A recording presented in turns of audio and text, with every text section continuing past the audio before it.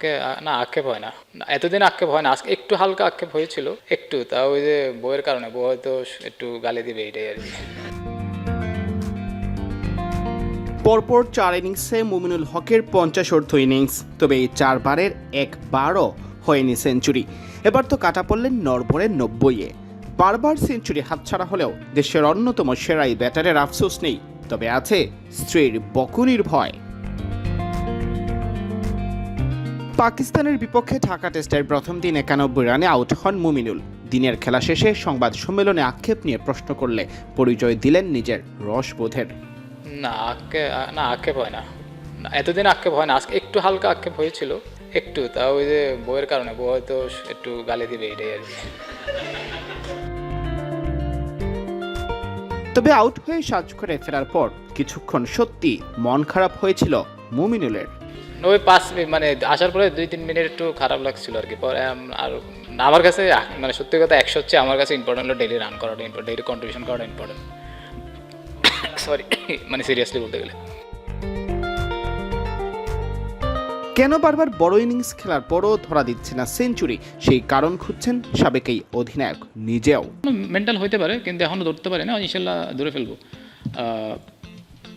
একটু আগে যেটা বললাম যে দেখেন, আমি যখন ব্যাটিংয়ে নামি আসলে সত্যি কথা আমি কোনো সময় মানে 100 করবো এই চিন্তাই করি না। হয়তো আমার আরেকটু চিন্তা করতে হবে, যেটা আমি যেটা চিন্তা করি আমার 4 সেশন 5 সেশন ব্যাটিং করতে হবে, তো ওইটাই হয়তো আরেকটু মনোযোগ দিয়ে করা লাগবে যে আমার 5 সেশন ব্যাটিং করলে আমার 100-150 এরকম হয়ে যাবে। তার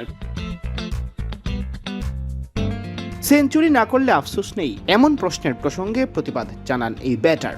সেঞ্চুরি চাই, মানে সেঞ্চুরি কে না চাই, জানি না, মোটিভেশন তো শুনতে ভালো লাগে না সত্যি কথা। মানে চেষ্টা করি যে দেখেন, আমি এত বছর যেভাবে টেস্ট খেলেছি, আমার প্রতি যেভাবে আমি টেস্ট ব্যাটিংটা যেভাবে এনজয় করি, আমি এখন সত্যি কথা ব্যাটিংটা এনজয় করার চেষ্টা করি, যে খুব বেশি চিন্তা ভাবনা না করে আর কীভাবে রান করতে হয় না হয় এটা মোটামুটি একটু জানা আছে, তো ওইভাবে খেলার চেষ্টা করি। আমি আমার ওয়েস্ট ইন্ডিয়া থাকার চেষ্টা করি, যে খুব বেশি মোটিভেশন যে আমার রেগুলার রান করতে, আমার যে প্ল্যান থাকে যে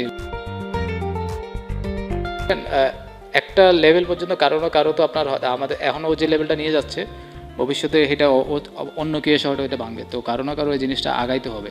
তো এর মাধ্যমে বোঝা যায় দেশের ক্রিকেটটা আস্তে আস্তে ধীরে ধীরে ইমপ্রুভ করছে।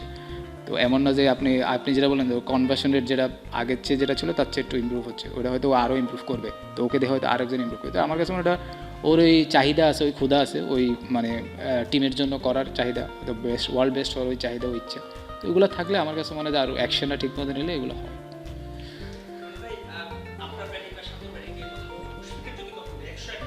জি,